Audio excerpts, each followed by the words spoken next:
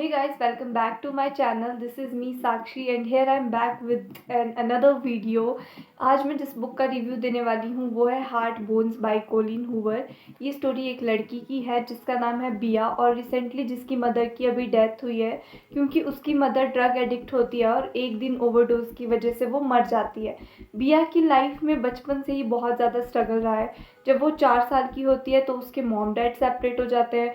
उसके डैड उसको साल में कभी एक बार देखने आते थे और बाद में उन्होंने वो भी बंद कर दिया था। अब जैसे बिया की मदर की डेथ हो गई है तो बिया अब उस घर में वापस नहीं जाना चाहती जहाँ उसने अपनी आखिरी सांसें ली थी। तो वो अपने फादर के साथ रहने का डिसाइड करती है, अपने फादर के पास शिफ्ट हो जाती है अपनी कॉलेज की स्टडीज़ के लिए। और वो टाइम पीरियड होता है समर्स का। तो जैसे ही वो अपने फादर के साथ जाती है तो वैसे वो एक ट्रैफिक में फंस जाते हैं जहाँ पर उसकी 2 लड़कों के साथ इंटरेक्शन भी होती है। ये एक इसमें ट्विस्ट है, वो आप बुक में पढ़ना। और फिर उसको ये भी पता लगता है कि बिया की एक स्टेप सिस्टर भी है और स्टेप मॉम भी है। तो बिया को अब ये चीज़ें परेशान कर रही है कि वो उन लोगों के साथ कैसे एडजस्ट करेगी क्योंकि वो एक बहुत रिच फैमिली है। उसके फादर बहुत रिच हो चुके हैं, उसकी स्टेप मॉम बहुत ज़्यादा रिच है। वो सोचती है कि उसकी स्टेप सिस्टर ज़रूर एक स्पॉइल्ड चाइल्ड होगी, पर ऐसा बिल्कुल नहीं होता। बिल्कुल उसका बिल्कुल अपोजिट होता है। सारा इस बुक में मेरी सबसे ज़्यादा फेवरेट कैरेक्टर है। तो जैसे अब बिया अपने फादर के साथ उसके घर जाती है तो वो वहाँ देखती है कि जो उसकी स्टेप सिस्टर है, उसकी स्टेप मॉम है, उनका उनका बिहेव उसके साथ बहुत अच्छा है। पर फिर भी उसको चीज़ें ऐसी, उसके दिमाग में ऐसी चीज़ें चलती है कि ये लोग मेरे साथ इतना अच्छा बिहेव क्यों कर रहे हैं, क्योंकि उसके साथ कभी ऐसी चीज़ें हुई नहीं है। वो बचपन से ही बहुत ज़्यादा स्ट्रगल देखती हुई आई है। उसने इतना बड़ा घर नहीं देखा है, उसके पास अच्छे कपड़े नहीं है, अच्छा खाना नहीं है।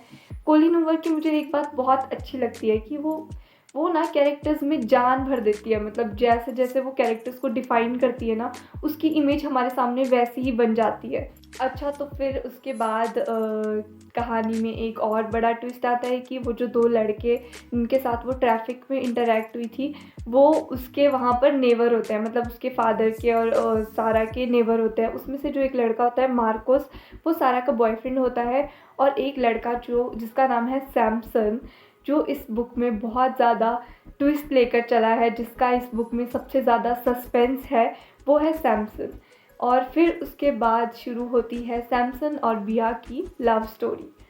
तो मैंने आपको एक छोटा सा ओवरव्यू दे दिया इस बुक का। मतलब मैंने ऑलमोस्ट थोड़ी थोड़ी स्टोरी बता दी इस बुक की, बट लेकिन फिर भी जो चीज़ें मैंने नहीं बताई है वो उसमें इसमें जो एंड में जो सस्पेंस है ना, मतलब मैं बुक ऐसे पढ़ रही थी दिल पकड़ के कि भाई अब क्या होगा, अब क्या होगा। इसमें बहुत ज़्यादा ट्विस्ट है, बहुत ज़्यादा। और इस बुक में सबसे अच्छा डिफ़ाइन किया है सनसेट को, सनराइज़ को, ओशियंस को।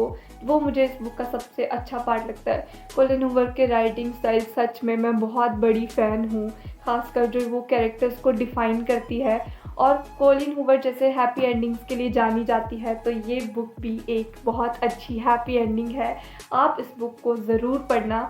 इमोशनल है, हैप्पीनेस भी इसमें बहुत है, बहुत चीज़ें हैं, सस्पेंस है, ट्विस्ट है। और अगर आपको वीडियो अच्छी लगी तो please do like, share and subscribe to my channel. Bye bye.